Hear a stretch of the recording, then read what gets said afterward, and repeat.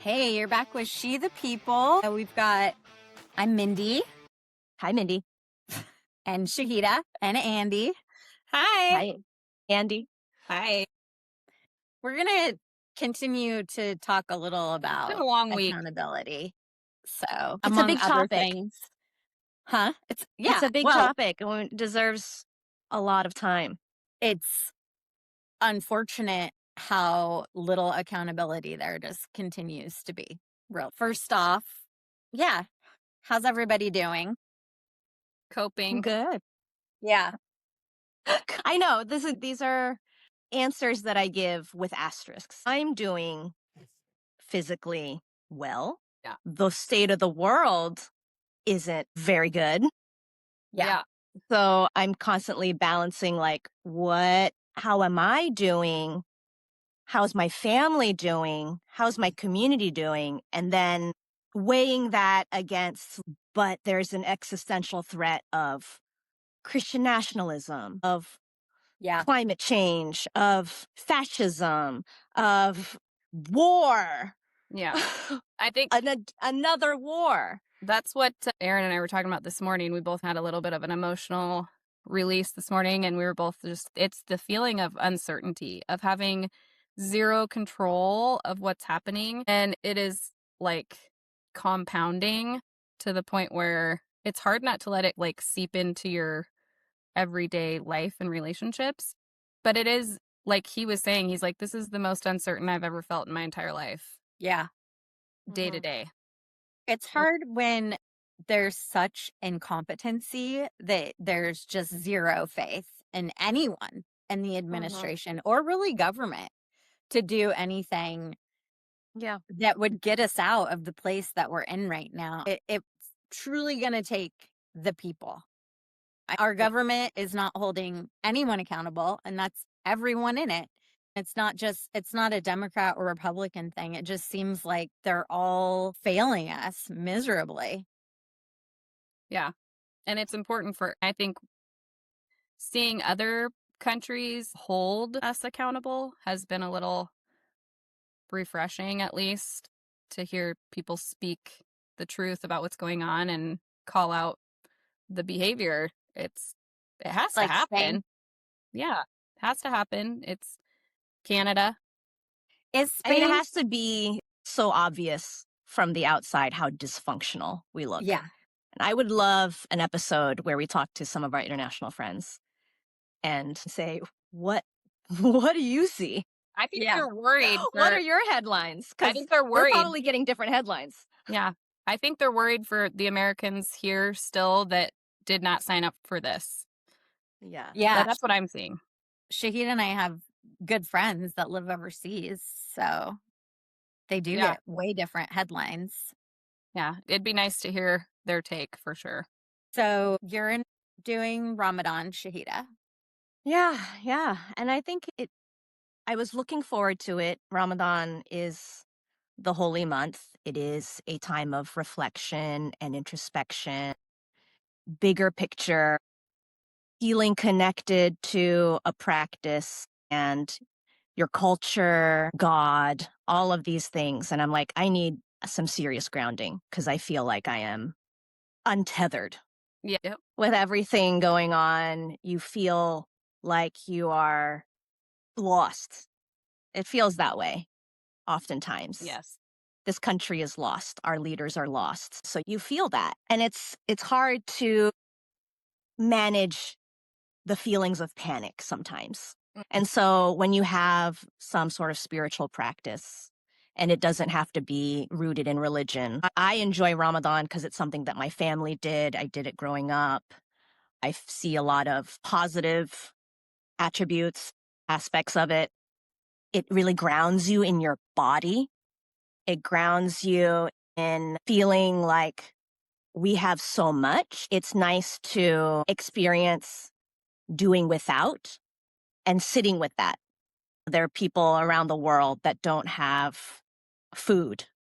They don't have the security that we have. It's an opportunity to exercise compassion for the people that don't live the way that you do, and also be thankful for the things that you do have.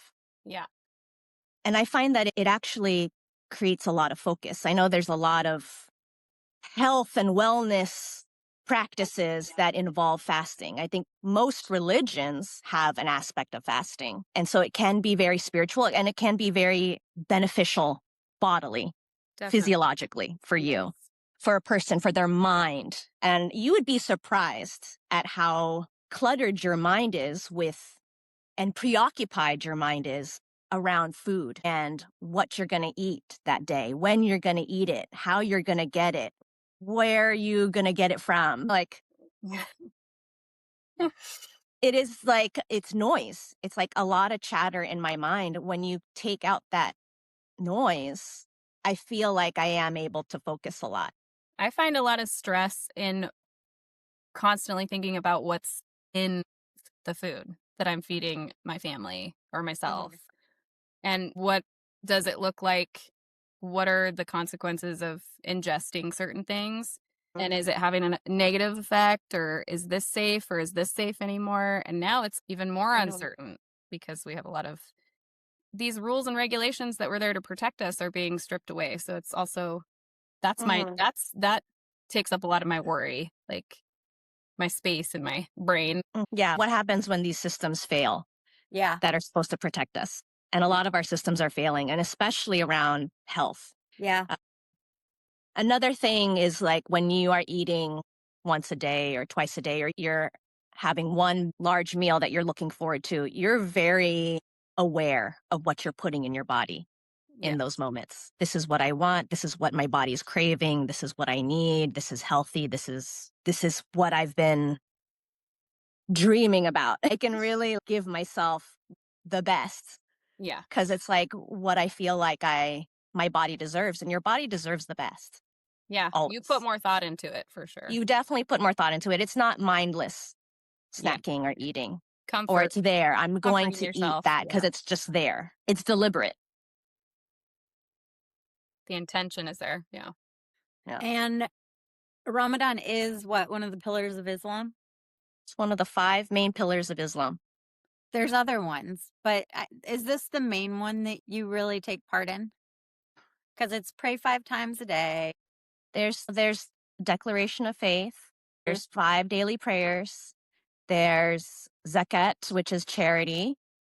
There's the Hajj, which is the pilgrimage, and then there's Ramadan. And Ramadan is one of the main aspects of being a Muslim. And it is one that many people take very seriously around the world. And they may not, I don't pray 5 times a day. I'm very moderate in my faith, but this is one that I take very seriously. And many Muslims because there's a lot of plurality in Islam and in other religions. This is one that people do take very seriously because it is very community building. And I don't really get that benefit of it because I've always, being a religious minority in the US and growing up in Pennsylvania and now living in Squim, I don't have a community to break fast with. And much of the practice is that community, is that commiseration. Being in Morocco and fasting in a Muslim majority country for the first time was like eye-opening. Yeah. It's like a celebration every day. It's like coming together with your family and your community and breaking fast. It's a beautiful thing. And then if you're in a city, you're out in the evening and people are chatting and laughing and sitting at cafes and visiting their friends and walking around. And it's a very different experience to be a Muslim American fasting where you don't have that. It can feel lonely. So it can feel like a penance almost. Whereas my sister, and it's not like you don't have Muslim communities, strong Muslim communities in the US. My older sister was living in Northern Virginia, and there's a large Somali population. There's a large other ethnicities in Northern Virginia. It's a big melting pot of lots of cultures. But she had some really good Somali friends that they would fast together. They would break fast together. They would go to mosque together. And it was like a social, very, very community driven, very community centered time. where she's hanging out with her friends and they go to hookah at night and they're staying up late so they can eat together. And she was like, that's the way you do it. That's how you're supposed to do it. And I'm like, wow, I still don't know how to do it, apparently. Traditions create ties throughout, even to people that you don't have personal relationships with, knowing a whole group of other people are doing the exact same thing at the exact same time. Yeah, It is a beautiful thing. it is. It relieves some loneliness for sure. Sure. Yeah. And in Morocco, it was like, are you fasting? Yeah, I'm fasting. You fasting? Everyone's fasting.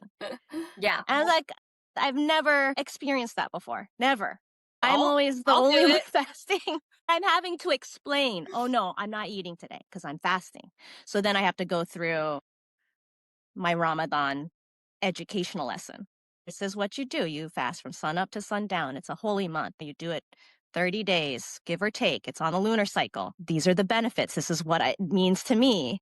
So I'm constantly having to be the spokesperson for Ramadan and oftentimes Islam because people have not met a Muslim person before. Yeah, and in this day and age, that's just surprising. Where am I gonna meet a Muslim person? Yeah. I think you probably have. I just think that people don't talk about it. It's not something that I ask people in like everyday Well, conversation. Like, what's your faith? I avoid that Because they question. but put it a is lot good- of refugees are put in such random places. In Baltimore, there were so many Burmese refugees. It's like they put them all together. So you do get, like, Detroit has so many specific types of refugees. And Afghanistan, you have all these communities of where in middle America. And that's just, you'll just I think end up that would with make the transition easier, though, to have. I think it's a lot of different things because I know our friend Dana helped transition some of the Afghani refugees. She went Somewhere Midwest. Yeah, she went for 2 months. So often you'll have large groups of refugees and it's like a whole thing where there was military support and then there was other support from the government to help transition these large groups of refugees into wherever they're going to be. There's a small town in Washington where there's a large Afghani refugee population. This is the other thing is that the majority of immigrants in this country are here legally. Yes. And they make it seem, oh my gosh, there's just so much illegal immigration, but that's not the case. It's just another thing to mask the real intention behind what they're trying to do, which is target Anyone who's different. specific minority. Yeah. And they've created so much fear and really got this megalomaniac elected.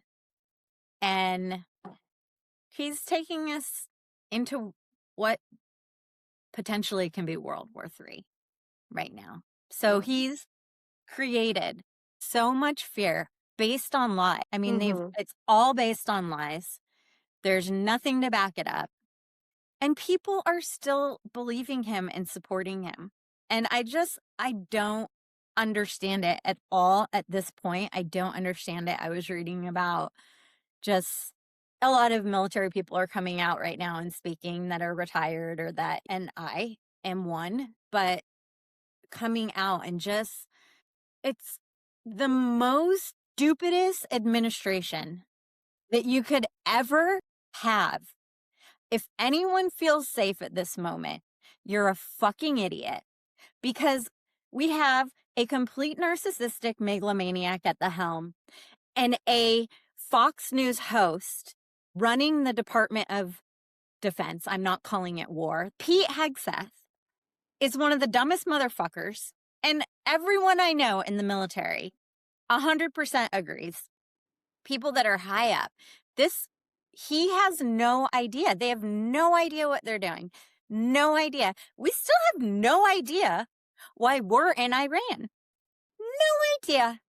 And these men, I have seen the results of war. And if you haven't and you want this war, go fucking enlist, and all your children should enlist and go fuck off. Because I have seen what happens to people in war. I wasn't in combat, but as an ICU nurse, I got to see what happens to people after they get shot, after they get blown up. It's not fucking pretty. And also, these men that are such little bitches wouldn't last a day in war. Not a fucking day. No. Sending other people's sons and daughters and children to war because they don't give a shit. They don't care about anyone except for themselves. And it is so frustrating, and just reading and watching what is happening right now. We are headed to World War III. That's where we're headed right now. Every day is more. There's so many countries involved right now. Russia is now giving Iran, they're involved. They're giving them information. And China is going to as well. Yeah. China, I'm sure, is going to. We are headed into World War III by one of the dumbest motherfuckers alive. And all of this, we know Iran had no nuclear weapons. None. They were not posing any imminent threat. Benjamin Netanyahu has been trying to get presidents for years and years to go to war with Iran. And none of them have been dumb enough, or I don't know, maybe just had enough blackmail. Why are we there? Why? They don't know why we're there. Now, the first reason, the first one is that hubris, that Trump just treats human beings playthings. He attacked Venezuela. He thought, oh, look, I can do whatever I want. I can blow people up. He doesn't think of us as human beings. I don't even know if he knows what a human being is. He doesn't think of people with any compassion, empathy, sympathy, anything. He just thinks of us as ways to get whatever he wants. So he goes, oh, that was easy. Venezuela, that was easy. I just did whatever I wanted. And it makes him feel, I'm so powerful. Look at me. I can move people around on my battleship board without any regard for anyone else or anyone's death or any consequences. And that's it. He's just, oh, I'm going to go bomb Iran now. Yeah, because I'm powerful. And he doesn't think of anyone that he's sending over there or anyone that he's bombing, of 150 little school children in Iran that we now know is most likely one of our missiles. He doesn't give a shit. He doesn't give a shit about me or anyone else. He doesn't give a fucking shit except for himself. And here we are. So that's number one, that he doesn't have any regard for human life. Reason two, money and influence. Already, people were betting on bombing Iran. Betting within 71 minutes of us attacking Iran. People were betting and making money off of war. If you make a bet on war, that should be an automatic enlistment for you and your family. You are betting on human life. What is wrong with these people? They should just fucking go there. Can we just pick them all up and send them there? What? It's just disgusting. The fucking disregard for our own soldiers. And they come out. He comes out. People are going to lose their lives. And you know what he came out and said again? Americans here at home are also going to probably lose their lives because there's going to be attacks on us. And what did Kash Patel do? Fired a bunch of FBI people that were responsible for looking into Iranian terrorism. If anyone feels safe right now in this country, you're a fucking idiot. Everyone should be on alarm right now. And then all these deals, billions of dollars, that Saudi Arabia has put into Trump and made deals with his entire family. And here we are. And then you have Benjamin Netanyahu has wanted this war for years and years. He's wanted this war. And he finally found a president dumb enough to give it to him. And who knows? And this is true too. It can be all these things, including a distraction from the Epstein files. We have no idea if Benjamin Netanyahu has some sort of information on Trump. I think that he is a compromised president. I think that he's so narcissistic. He is easily manipulated and easily blackmailed. 1000%. Reason 3. The Oh my God, there's how many reasons? the scariest reason to me of them all, religion. Yeah. That Pete Hegseth and Mike Huckabee are both confirmed Christian Zionists. And according to NPR, Christian Zionism holds that Israel's existence is tied to a biblical prophecy, which is also what Jewish Zionists think too, and the second coming of Christ. Hegseth literally called for rebuilding the Jewish temple on the Temple Mount, which would require tearing down one of the most sacred mosques in the world. He has all his tattoos. He has Crusader tattoos. This all ties into this. And he attends a weekly White House Bible study where that stupid pastor that doesn't think that women should be able to vote also preaches that supporting Israel is required by scripture to bring about the second coming. And it's not just Pete Hegseth's personal belief. It's also what's driving Israel's actions. Netanyahu and hardline religious right. This is a huge thing, and it's always part of why he wants to go to war with Iran.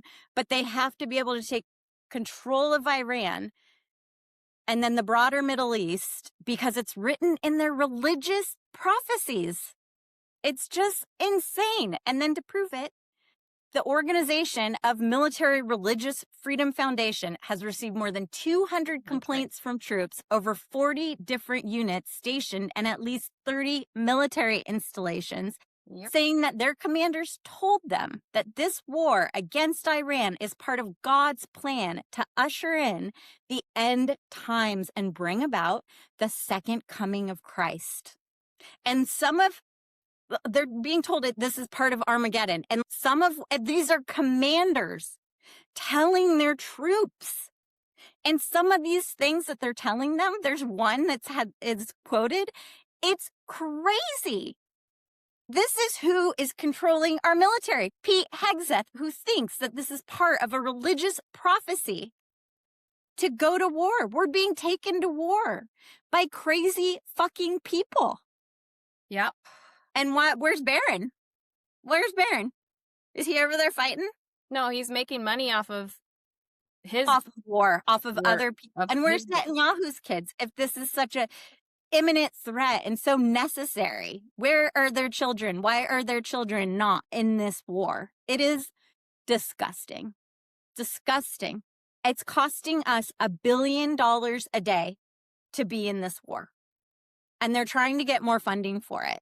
And there are Democrats that are in agreement. So everybody needs to go right now and call your senator and call your congressperson and tell them they better not fucking give them any more money or support this war in any way.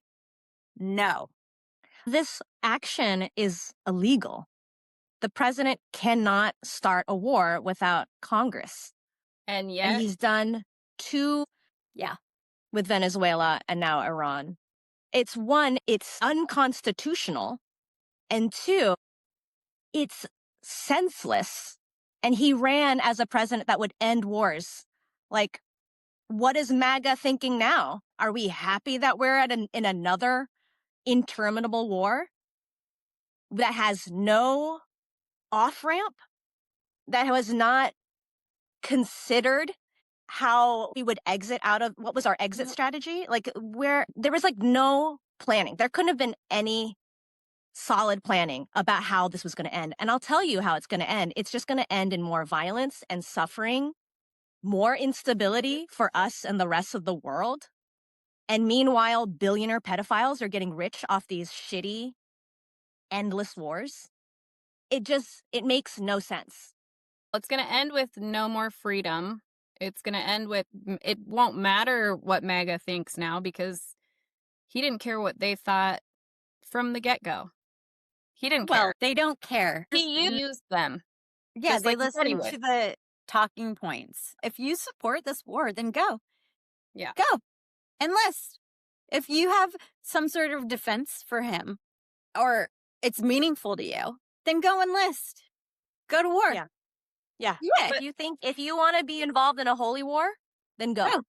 Sadly, they're the group, though, the group in this country, that base, his base, have the least amount of courage and accountability of a group of human beings I've never witnessed anything like it in my life. They So aren't what? even accountable for the things that they say. They're never going to have any kind of bravery, No. it's never going to happen. They're going to be the first ones to tuck tail and run and then cry about it to the people who warned them for years that this would happen. And sadly, I have no more sympathy to give. If you're a person deconstructing your cult mentality, I don't fucking care. Yeah, that's how I feel. Look at where you You're got done. us. Yeah. Look at where you got us. I And the don't care. opportunities were there. I'm not over here welcoming you with open arms either. Nope. Fucking figure it out yourself and start apologizing for the situation that you have gotten the rest of us into when we have all been screaming from the top of the roof that this is going to happen. Now you're a victim. We got a comment, Mindy. Remember there was somebody who commented that was like, all you guys do is say not to hate people and then you just Hate on people. And hate or something to that effect. They And fucking deserve it. I said that actually, if you listen to what we have the hate is for people who oppress vulnerable populations, minorities, children, the pedophiles and abusers. I will openly hate all those people all day long. Yeah. I think there's a time and a place for hate. I'm not sitting here trying to be like, let's all love each other. That'll fix it. It's not going to fix it.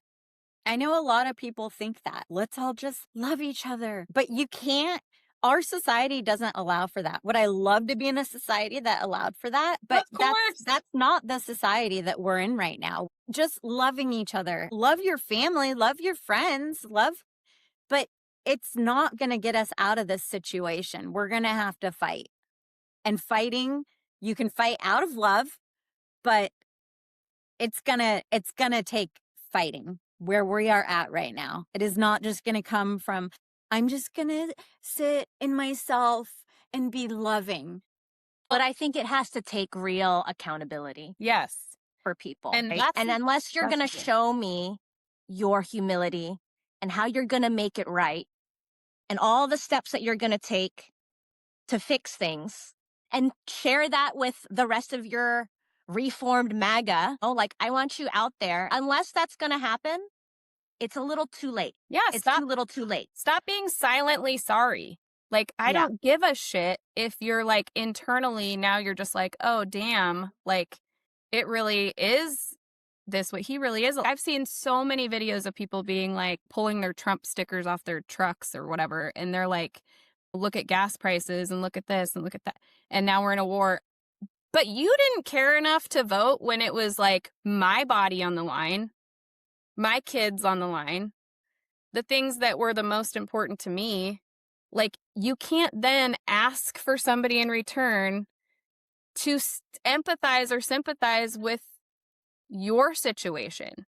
That's not how it works. That's not how relationships work at all. If it was the first time he was voted in and you believed some lies, I might be able to say, you know what? You got duped. That sucks. But there has been more and more opportunities for them to correct their way of thinking and turn into that compassionate side and caring about other people that live in this country with them. And they fucking refuse to do it. So I don't want to hear it now.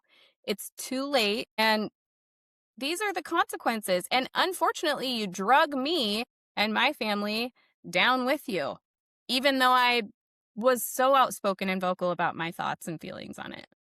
Happy that you're waking up now. Hold yourself accountable. What are you going to do? Like you said, Shahida, take the steps to show us that you actually realize what you've done. Because, I don't really believe it either. I don't believe that now I have empathy out of nowhere. What was the line? When it finally affected you and your family, that's it. That's it. That's when it happened. Yeah. And I've heard so many people say, I just couldn't vote for a woman. Because he's only won against women. He's only won against women. That's it. He's never beat a man in the and that just shows you a lot about our country. You have exactly an qualifying. It's no. there.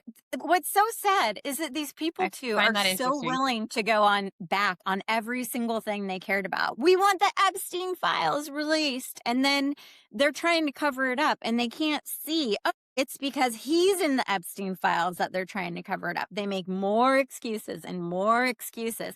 And then he goes and bombs Venezuela and he bombs Iran, and he was supposed to be this not taking us to war. That was huge. They hugely ran on that Kamala's going to start a war. And here, more excuses. We needed to do it because Iran was going to what? No nuclear weapons, no imminent threat. What were they going to do? It's just how many excuses can you make for a person? How many? It's like sitting in your house having someone continue to lie to you and Well, I make was gonna say, excuses for them. you Burn wouldn't take your it in house a down. relationship. Burn your house down. You're still living in a burnt down house, making excuses for this idiot, this narcissistic idiot. When their motives are so out in the open. Yeah, he's not. When it was so clear what they really were after and Yeah. what they really wanted. And it's with Venezuela, I had conversations with, I don't know if they were MAGA or if they were just Republican, but they're like, but the drug boats. I'm like, Venezuela isn't where the drugs are coming from. So there's something else going on. It's either performative or there's an ulterior motive. And it's constant. It's constant where it's like this show of, no, this is why we're doing it. We have lots of reasons. Sometimes they don't make any sense. Oftentimes they don't. But if you're just like a reasoning, critically thinking human, it's not adding up. It's just not going to add up. What they say and what they do are different things. And they're like choking out Cuba, right? And now he says that, Yeah. oh, next we're going to take Cuba. He is like Stalin. He is like Hitler. If you don't want to be called an authoritarian that is running across the world trying to conquer other countries, then don't do that. Then don't be that person. It's just all for their own personal gain, though. It is not for Power, American control. citizens. Yeah. And also, it's Marco Rubio.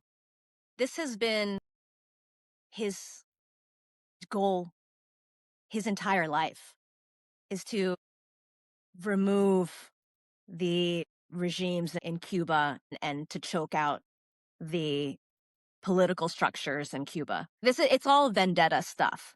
Like I think there is always a monetary and financial and part of the equation. Always, I think it serves as the basis, but it's a lot of like your own personal shit. Egomaniac revenge. It's why men Trump's the couldn't be in positions of power Right. anymore. Look at what they're doing. They're starting World War III for no reason, no identifiable reason. Profiteering and power and some sort of religious expectation that the second coming is going to come. I'm just so tired of men using religion to Yeah.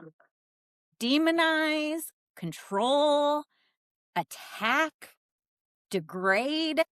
This has been the entirety of human civilization. And I'm so tired of it. When are we going to wake up and say enough?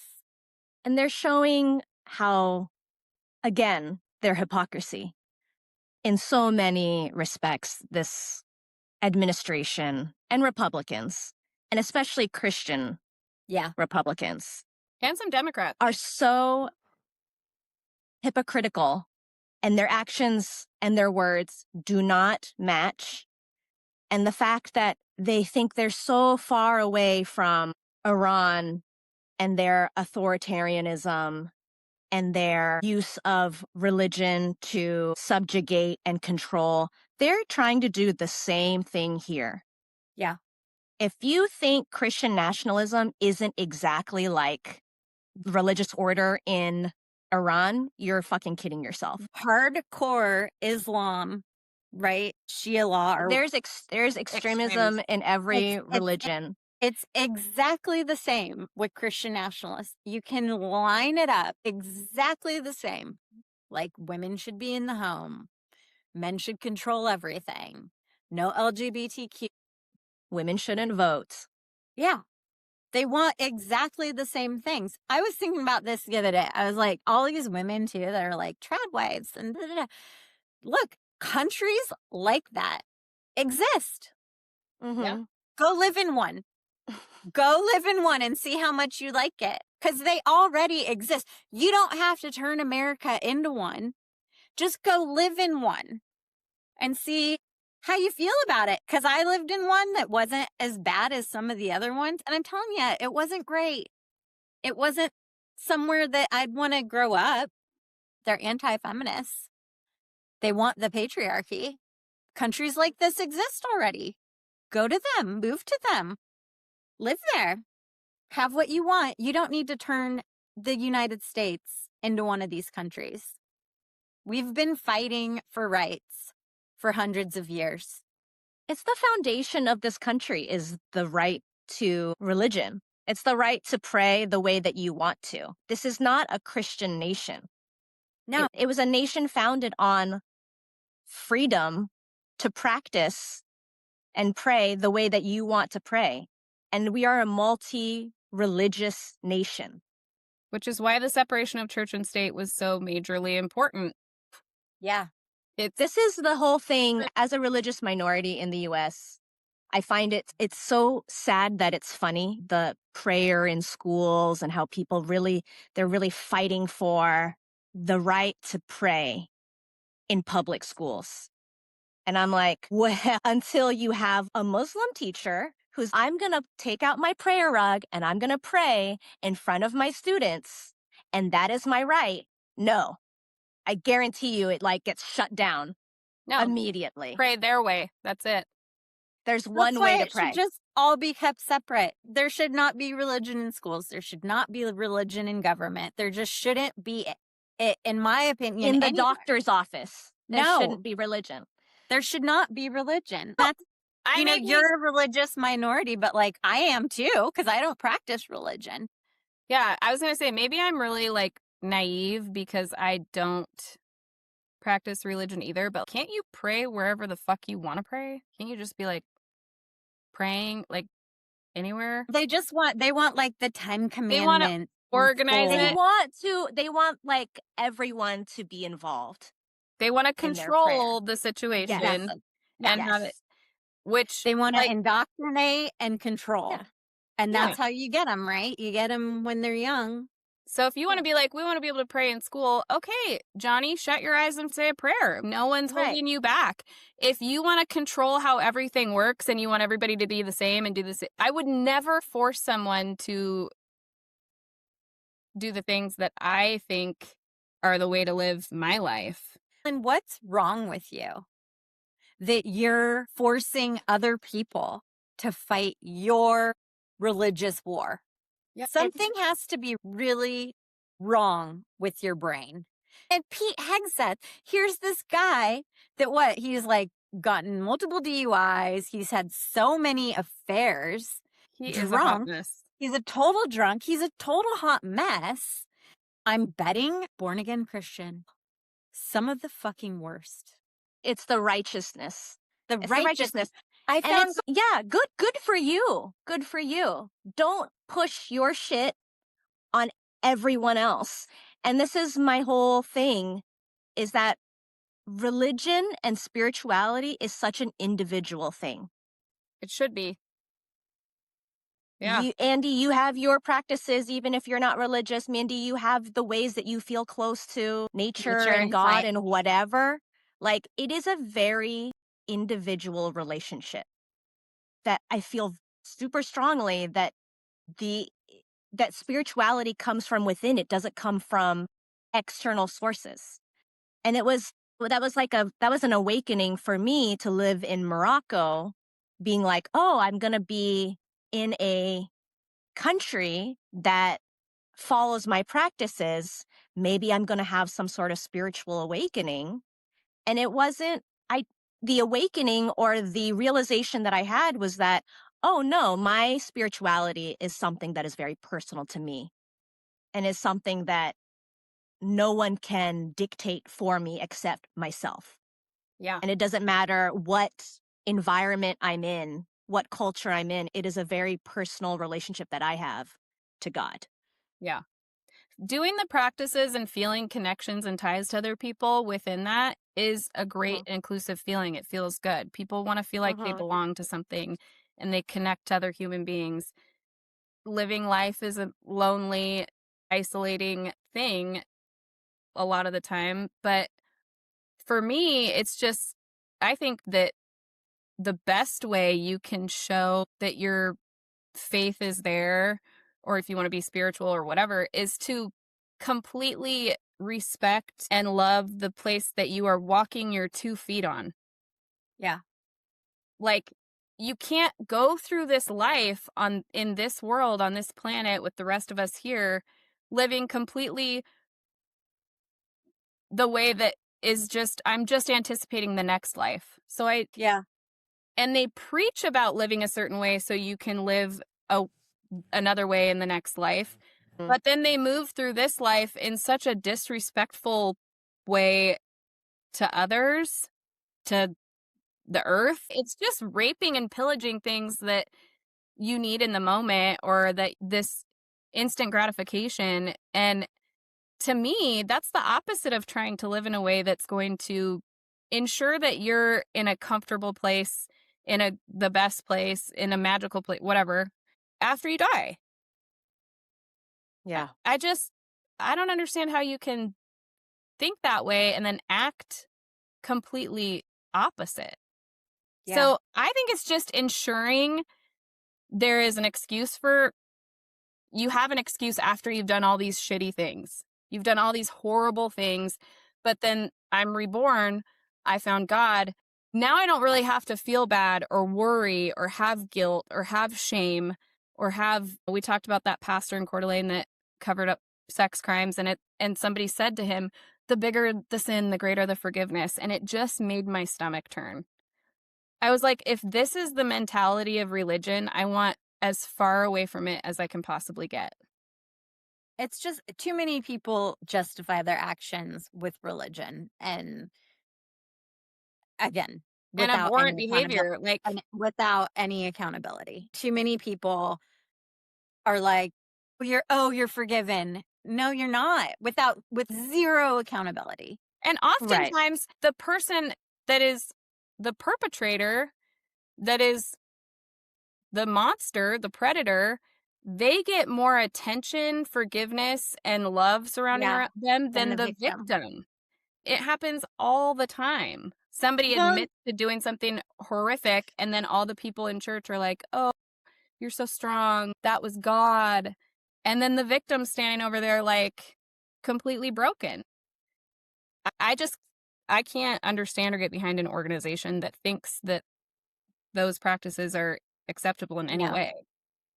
I just don't understand that accountability can equal Jesus forgives me, No. or I love Jesus and therefore I am forgiven. Yeah. No. That's like the biggest cop out. And If you're going to atone for your wrongdoings, atone it in a way that is culturally and socially relevant. That's making the world a better place in a real That's making way. the world a better place, and you're making it up to the people that you've hurt. Yeah. What's one of the scary things to me, like, that's happening now, I do believe that Pete Hegseth really believes that he's doing this based on his personal religion and religious beliefs. He's heavily influenced by his church. I think that he really does believe that the second coming. How many times have they been like, today is the day, and then they move it out. Oh no, wait, it's in 2 more weeks, guys. It's in 2 more. Doomsday preppers? Yeah. I've been waiting a long time. And they picked, I think we had 2 or 3 days in this year that everybody's ready. Here, we're going to have it. It's coming. I'm And then it doomsday prepping, passes. but in a different way. He's not a smart man. B, he's forcing all these people to participate in his religious war. They have no idea. If anyone disagrees with him, he's gotten rid of them. So he's putting people in powers of position that agree that they're in this religious war all together. Veterans that are out there, they do not care about you. They cut how many jobs in Veterans Affairs, and it's ridiculous. They don't care about veterans. They don't care about the military members. They just care about whatever their ideas are of power, making money, religious wars. That's all. They care about themselves. I don't even think they really care about their own families. Like, I don't think there's a lot No. of consideration for their own children and their wives and their loved ones. I think they're just really all like super narcissistic and very focused, just like the tech bros. I don't think that they have a lot of thought about other people or their environment or the world. They're willing to burn it all down for whatever. This is like a collective, narcissistic, crazy ideas that they're on this path of They can be death and rich, destruction to what end? to be rich and powerful while they're here. And then put their minds into AI or something. Like what you're saying, Andy, work on what is here and now and treat this environment and this world and the people that are And this here life. and this Well, Right. life That's how with you care ensure. and consideration and empathy. Why? It makes no sense. You're planning for something that you know nothing about. You have some sort of fantasy. It's like me growing up and spending my whole life that I'm going to have a pet unicorn. And you all are like, the unicorns aren't real, but I devote my entire life to having a pet unicorn. There's no fucking unicorn. We've been Ever. to tell ya. We've been trying to tell ya.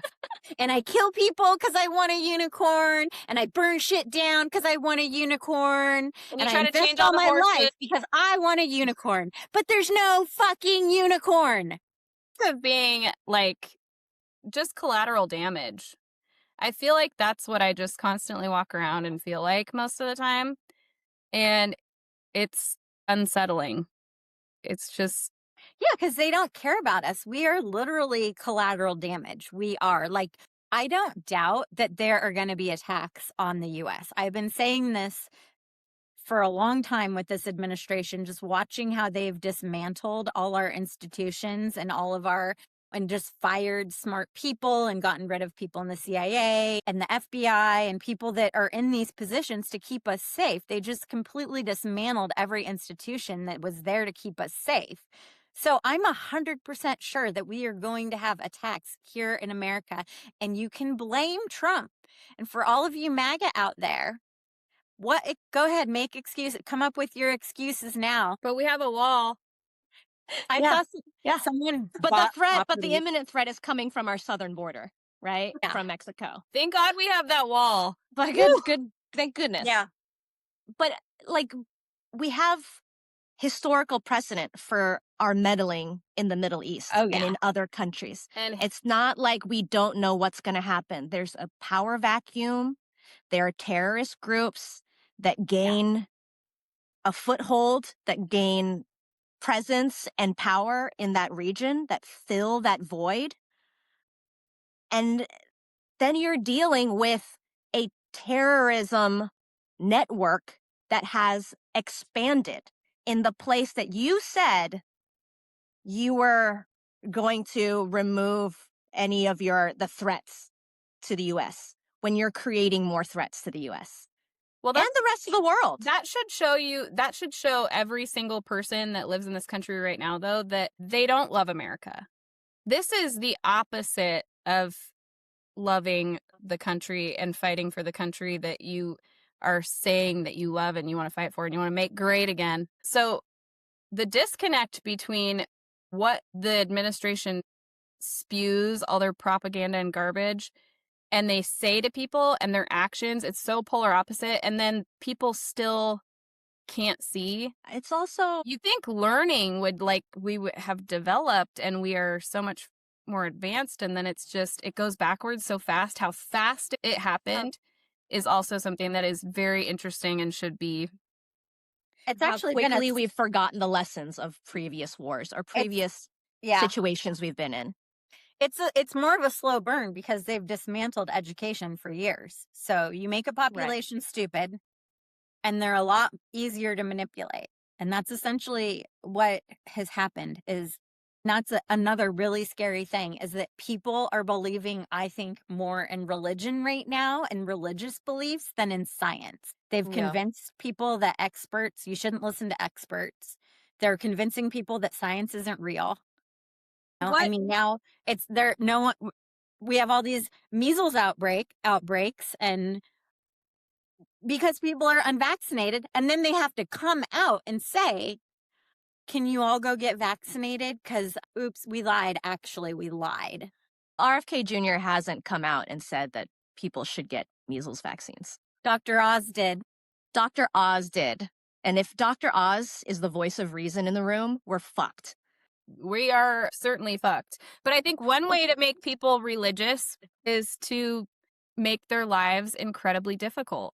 When you are so down and out and living day to day with so much struggle, Yeah. and You have somebody to cling says, to religion. somebody says, here, this tool that we have, this belief, this faith, this church, this whatever, this will help you get by, this will make your life better. Desperate people are going to grasp for anything that they can, especially when you watch your kids suffer or your family is suffering. It makes people super desperate. And I can understand how that would be appealing. Yeah. That all the suffering that you're doing in this life has meaning and purpose because it's getting you something in the next life. I think that's the framing.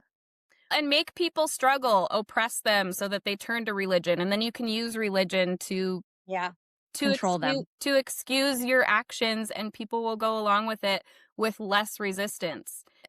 And there's not going to be as much of a fight. It's just going to be, I have to believe this. And when you have also dedicated a lot of your life to believing in a certain way, extreme ideas and beliefs come about, and then you just think, I can't have done this all for nothing. This must be the way, because otherwise you would have to take accountability for choosing to believe in something that may not actually be good or holy or real or loving, or it might be evil and scary.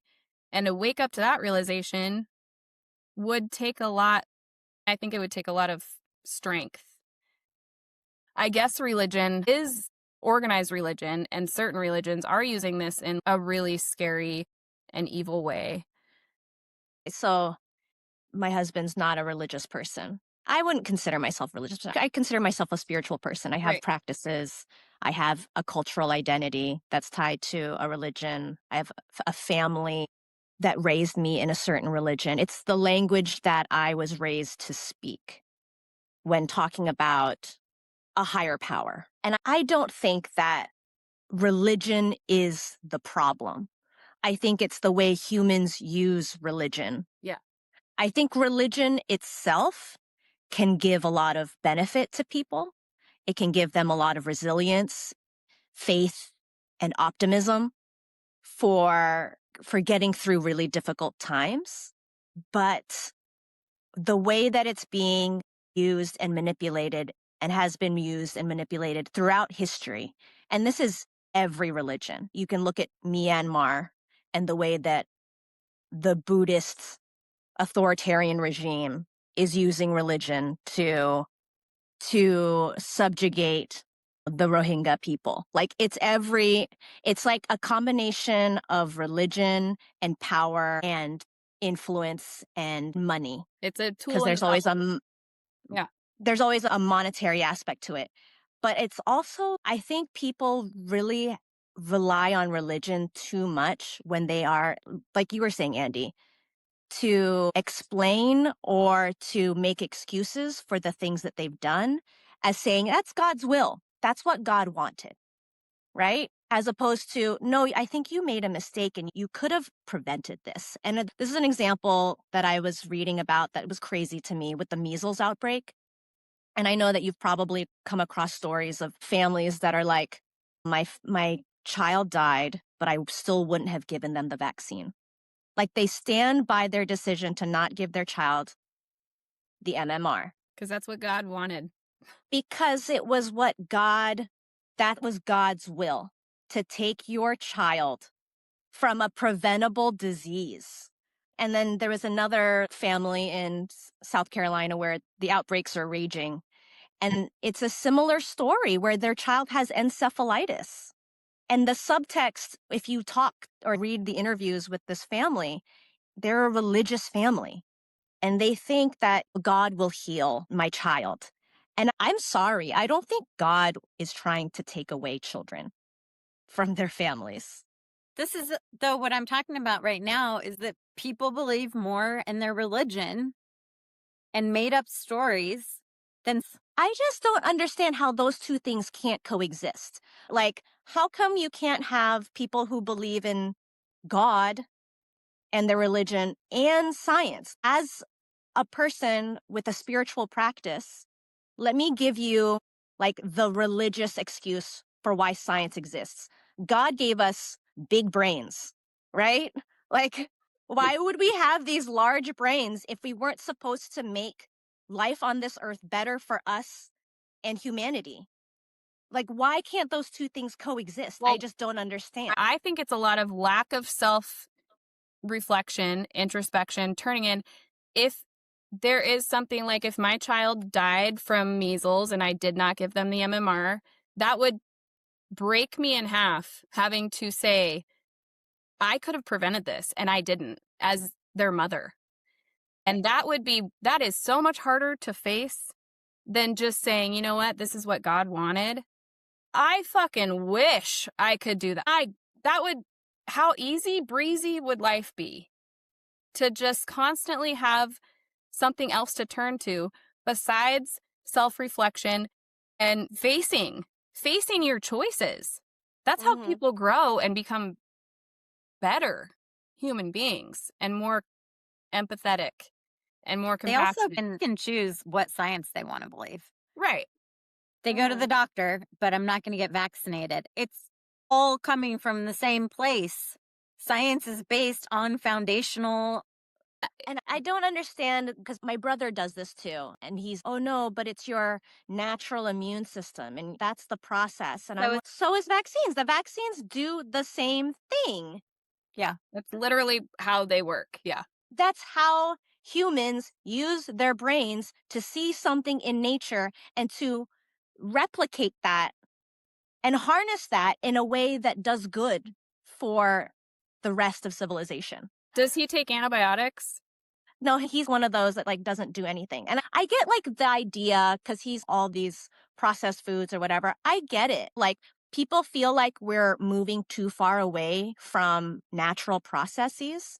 I understand to some extent that, yes, the way we eat, the way we produce food, and this is all Maha too. Like, it's not all or nothing.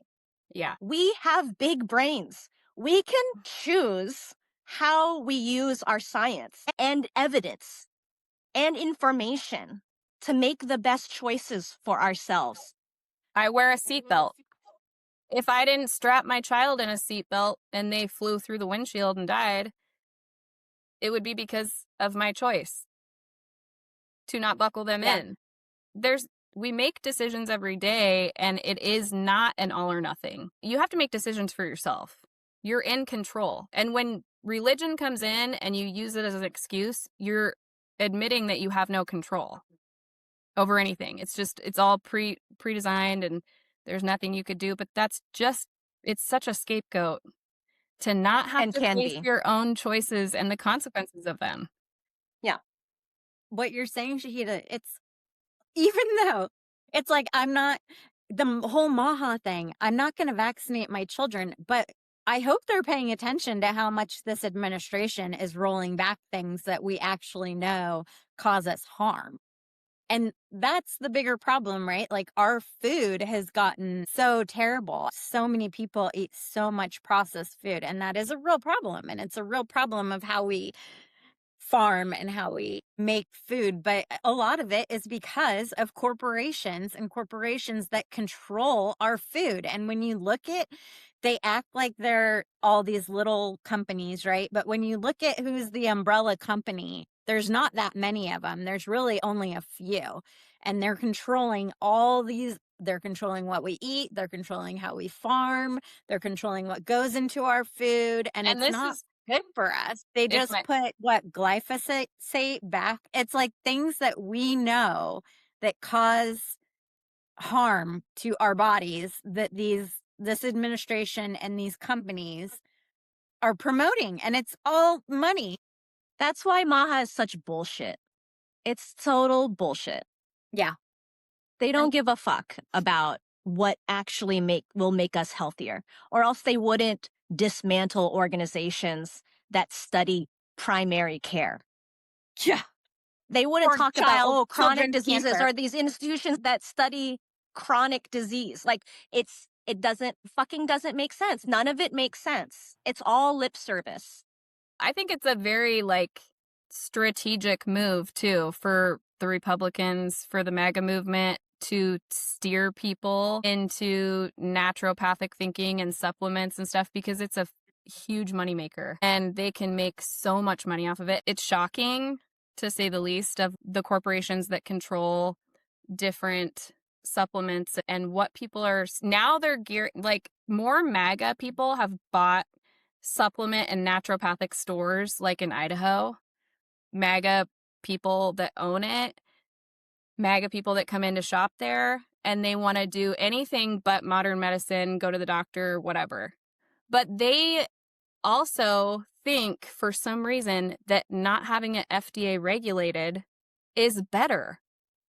Joe Blow can make a fucking syrup and bottle it up, and they think that it's so much better for you, with zero information on if it's safe, if it's effective, what the ingredients are, where they're coming from. $1 trillion industry, which is more than the pharmaceutical industry. And it is bizarre to me. But they've convinced people that not to believe experts. This is just a perfect example of convincing people not to believe experts. And I don't know, maybe we can all come up with a different simile, or I liked when it was put this way, to not believe experts. Like 99% of climate scientists believe in climate change, right? So 1% doesn't. If you built a house and 99% of the builders that have built other houses, 99 of them, that you have 100 builders and they're all standing outside of the house that you built, 99 of them said it's dangerous. I wouldn't live in it. It's going to fall apart. It's probably going to burn down. And one guy is, no, it's fine. It's going to be good. Are you going to live in it? Are you going to move your family in there and you're all going to live in there together? Not a chance. Good metaphor, Mindy. This is just, I don't understand. Yeah. This not believing experts. I don't get it. If 99% of builders or plumbers or people that fix cars that have been doing it for a long time are going to tell me if you get into your car, it's going to blow up. But then there's one guy and I actually just got my license yesterday, but it's fine. You're going to be fine. I'm not getting in the fucking car. And even just really simple. Are you going to go to someone that just opened their brand new automotive shop that's never done any automotive? They're brand new. They just started it. They just got their daddy bought them the automotive shop. Or are you going to go down the street to Frank's that's been there for 30 years, that is known to know automotive? Which one do you choose? It should be pretty straightforward. But you would think. Or they're getting their information from someone that they trust on social media or whatever. Influencers, yeah. And they want to believe that person versus the person who spent their entire life studying that one thing. And I know that there are people that exist in the world because I've seen it happen. I've worked in pediatrician offices where things have happened, terrible things have happened. A baby dies at 8 months old. I think that it's so much easier to blame a vaccine than to just say, I tragically lost my baby. Yeah. It's one of the hardest things that you can ever face. And there is always going to be an easier route of blaming something. And then you take that situation and you spread the word. And it's a terrifying situation. So people are going to react cautiously. And then it filters into a community and it changes minds. Yeah. And I But think on the again, vaccine thing, you have education being influencing or impacting vaccines in the same direction, but on opposite ends. So, like, you have people who have not a lot of education that don't get vaccinated. And then you have the other end where you have college educated people that also are not getting vaccinated. And it's Yeah. this phenomenon of like misinformation that vaccines cause autism Yeah. and that they want they want to blame something for their child's condition Yeah. because it's easier than to be like, this is what it is. Even that, we do know that there's certain things that can contribute to autism. When like a baby is in the womb, there's certain cases, but even then it's still a little bit like it's usually multiple things. I'm so much more willing though to blame the food we eat and how we make food and farming and the things that we put on food. Like to me, that's what we should be looking into more. Or the pollution, our Yeah. environments. Exactly. Because we do know that certain types of pollutions and things like different kinds of things that go into our food, we do know that those can contribute to things that happen to babies when they're in the womb. There's no evidence, there's zero evidence that vaccines contribute to autism. Zero. But there is evidence that some of these other things can contribute to things. I'm not specifically saying autism, but we know that things that happen to babies when they're in the womb. Like we do have evidence for that. And I'd be so much more willing. Like, why don't we look in? And I think people should ask themselves those questions. Yeah. Yeah. Why aren't we looking in to pollutants and to things that we put in our food and things that we put on our food, on our and that go skin? in food? Yeah, but why aren't we these things that we know that do cause changes in our DNA? We know these things cause changes in our DNA. Why are we not looking into those things? We're just stuck on this idea that it's vaccines when there's no evidence. Let's actually look into the why and ask, why are we not looking into those things? Why? Because people are profiting off of it. Look at who's profiting off of it by us not looking into them. This is I know it's a strange fixation, Mindy, on vaccines when it could be a million other things. It's really easy to be like, I'm choosing not to do that, as opposed to making even harder choices of, I'm going to eat better, or I'm going to really fight for better regulations on certain environmental exposures, whatever. Like it takes more time, it takes more effort, right? And to just blame a point in time injection, even if there's absolutely no evidence or link to vaccines. It's just gotten so much traction. It's just bizarre It's so how bizarre. like groupthink can really just take over. And how this narrative has been repeated and then also elevated in the platforms that people have. It's really interesting. I think it's things that we put into our bodies that we have no control over. It's like we don't have any control about how what the farmer put on the vegetables and isn't telling us. We don't have any control in a lot of situations about some of the foods that we're eating that actually maybe there's not even listed every ingredient on there. Like we don't know what all the toxins are that we're putting into our bodies, putting on our bodies. Like we don't know. But yeah, and I wonder, this whole Epstein thing, it's like when you look back and read the emails and you see all these weird places that they were controlling, like Victoria's Secret and Chan, and starting all the stuff about eating babies. It's like they were orchestrating all that stuff. I'm not saying Epstein is creating this vaccine thing, but what I'm saying is it seems a little orchestrated sometimes to push this anti-vax Yeah. information, right? And then you have to think who would be behind that. And I don't even know if it would be considered a conspiracy, but It is would be there to probably divert is there attention. probably money supporting some of these anti-vaxxers and like funneling in some of this anti-vax information Yeah. in order to support profiteering? Don't pay attention Probably, to this. Don't pay attention to this. Look at these right? vaccines. To obfuscate what actually is happening Yeah. or what they know is causing damage.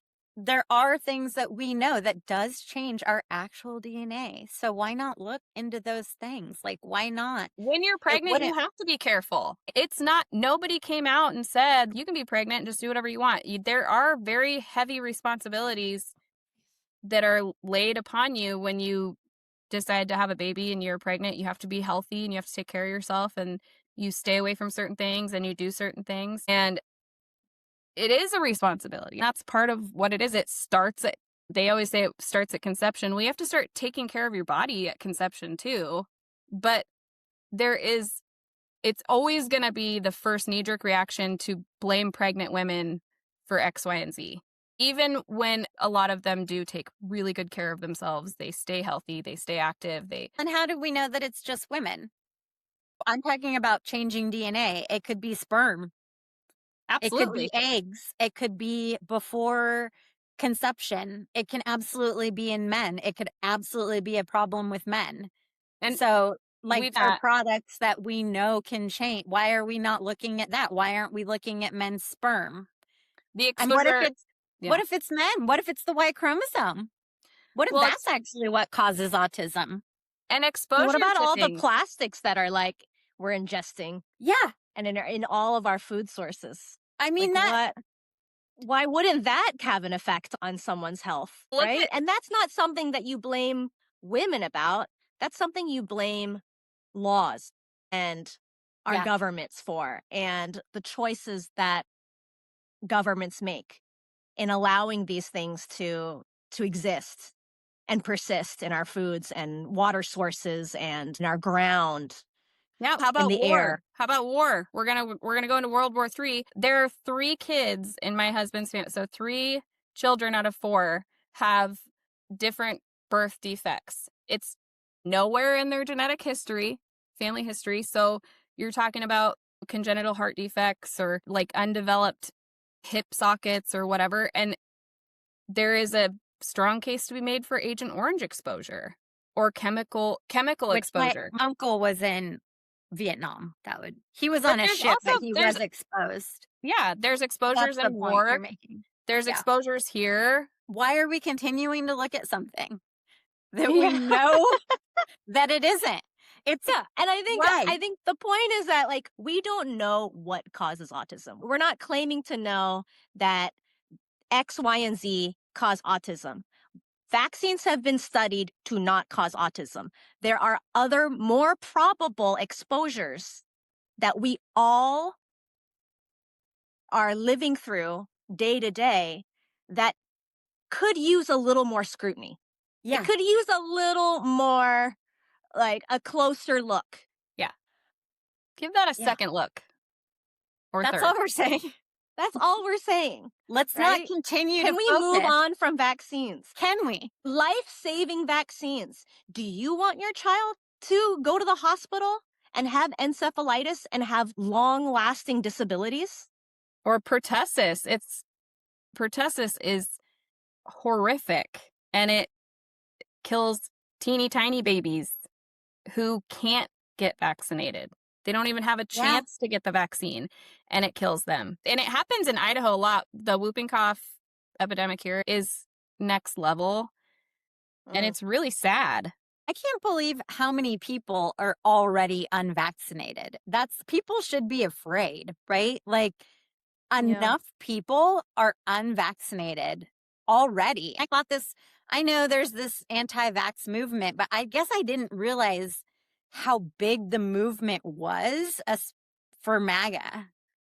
I thought it was like a few little liberal hippie moms here and there. So this anti-vax movement is already established. And this is the consequence, right? Yeah. When you have years, decades of people espousing anti-vax propaganda, and fewer of our population are actually getting the vaccine, this is the direct result. This is what we've been talking about. This Yeah. is what we were trying to prevent with vaccines and have done a good job And or like in the past. And all of a sudden we're upending decades of progress. Yeah. The amount of pregnant women, too, when I worked at the OB office, the amount of pregnant women who would come in and didn't know that I would say, okay, do you want to get your Tdap, which has pertussis in it, tetanus, diphtheria, pertussis? And they were like, why would I need to do that? Just not really understanding how that kind of works either. You're going to let your baby build immunity up to pertussis because they can't get a protected until they're a certain age. And just having really a lack of information and knowledge about that stuff when, that's why not allowing, when you are forcing an uneducated and underage population to have babies and grown women come in and don't even know what they're supposed to be doing to prepare as far as keeping their babies healthy while they're still in the womb. It's like, what do you think that's gonna look like? Yeah. And I think that mothers in general are just trying to do the best for their children. Yeah. They want to do the best for their kids. They want to protect them. And in some weird way, they feel like they're protecting them by not giving them the vaccine. And that has been really dangerous. The medical institutions haven't. I've done a great job. No. Helping Combating people this with understand. What is hard is that you do have to have a foundational understanding of science for people to be able to explain things to you. Like I'm sitting here and I'm saying, we know that things have effects on DNA. There's a lot of people out there that wouldn't understand what that means. What does that mean? That something like that it changes your genes, because people don't have this basic understanding of science. It's like we need to have this just basic understanding of science. And as medical professionals, we need to be better at explaining things to people. Just like I could say, PSAs, public service announcements, I still to this day don't understand why we don't utilize it. Why wouldn't you come on and just in a really nice way? Why wouldn't you come on and just be like, hey, it's really good to get your kids vaccinated. There's no way that vaccines cause autism. There's no evidence for it. We've been looking at it a lot, but we do know that these things can really hurt your children, and this is what they could do. Just why it's so we're dumb. We're being dumb. I know, we're not communicating the message. Well, they campaign to make people distrust that. So they have planted the distrust everyone's seed of our institutions. But we've never done it. That's why information passed along is going to be major right now, because you give the information to your kids or whatever, and you have to control that. I'm going to at least inform and educate the people I can that trust me that I'm giving them the right information, because this distrust is really what's dismantling everything. It's like they've done a good job of just because there was hammering that. There was an opening for it, though. Yeah. They saw the opening and they took the opening. If medical professionals were already good at explaining things and already explaining things to people, which is something that teachers do and nurses do a lot of, And I'm sitting at my whole nursing career and most of my life, I've been like, why are we not being transparent with people? Why are we not explaining things to people? Why are we not taking the time to just show people like what we are doing, what our expectations are? We've never done a good job of that. The medical community often is very dismissive to patients and mothers. It's very often we talk down to them. I don't. I'm not one of them, but I've Doctors seen it struggle. happen over and over again. And we haven't taken the time to communicate things that need to be communicated to people in a meaningful and understandable way. And that led to the opening of all of this misinformation. If we had been doing it right in the beginning, there never would have been an opening. I think that this is why they're like Democratic elites, because it's like it is. They're just all focused on all this other stuff that is totally irrelevant. It like doesn't even matter. They're going to have to earn the public trust back by using language that is effective and gets the message across in a way that is not undermining or making somebody feel less than or stupid or like they're not listening. It's going to take work, but it has to happen. Otherwise, it's just. Mom Donnie's doing it. Here's a perfect example. Go, Mom Donnie. And there's an example from my county where our Center for Public Health is taking it upon themselves to communicate better. And they hired a communications person. This is the thing. Like, everyone needs a communications person. Yes. Institutions need a communications person.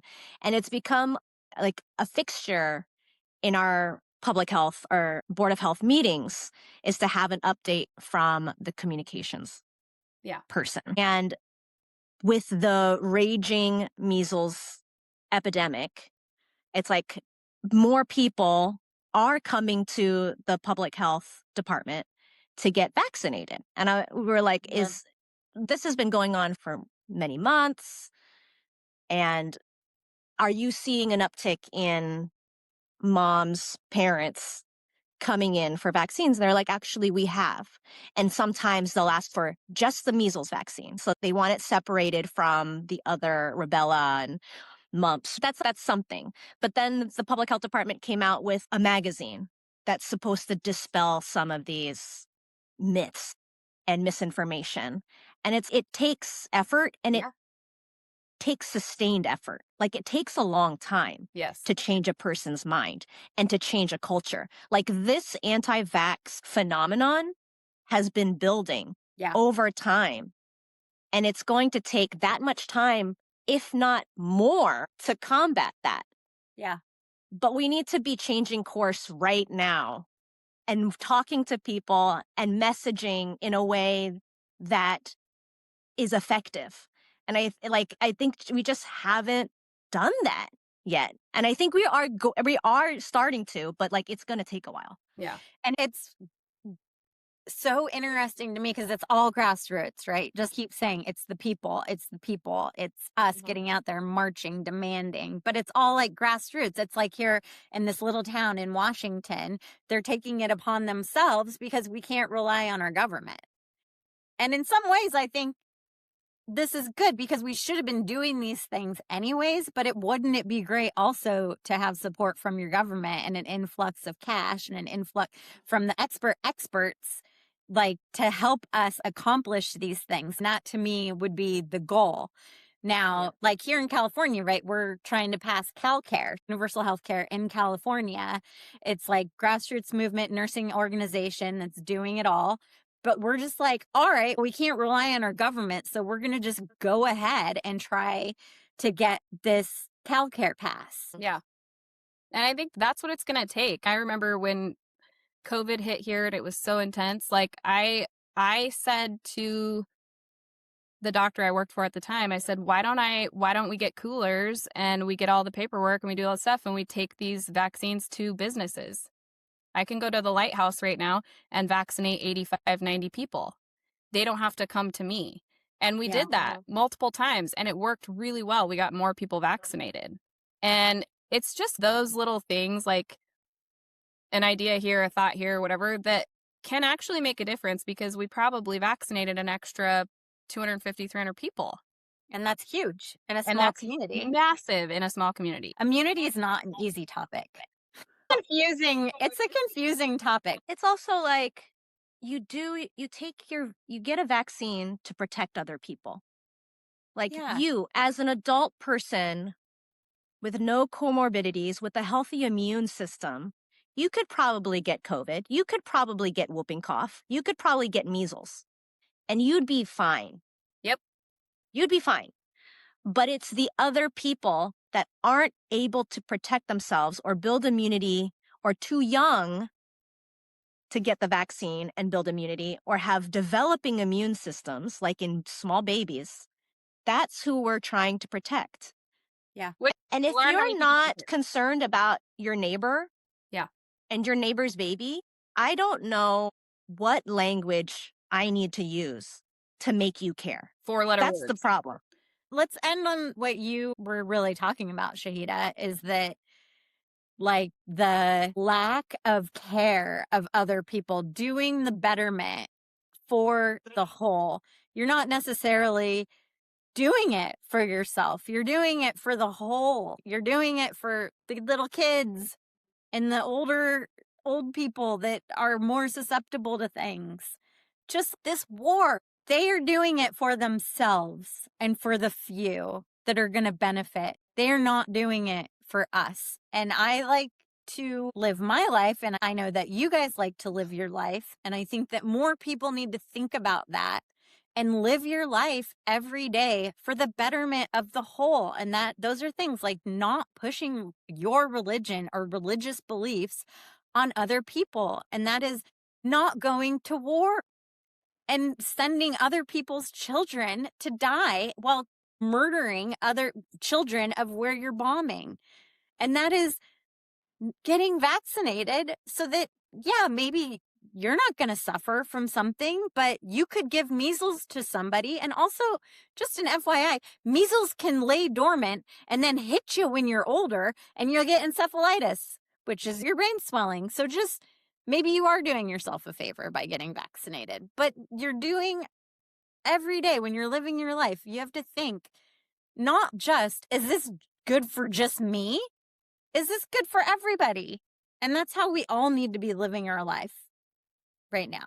And I make those decisions for people that I disagree with politically, religiously. I may not agree with you. I may not think the same way you think or have the same political views or have the same, but I would still make the decision to protect you from a disease, protect you. There are decisions that have to be made, even if you don't know the person, if you're not directly affected. And I think that's the problem. We see minds being changed as soon as it's a personal, direct effect. But unless it is, it's out of sight, out of mind.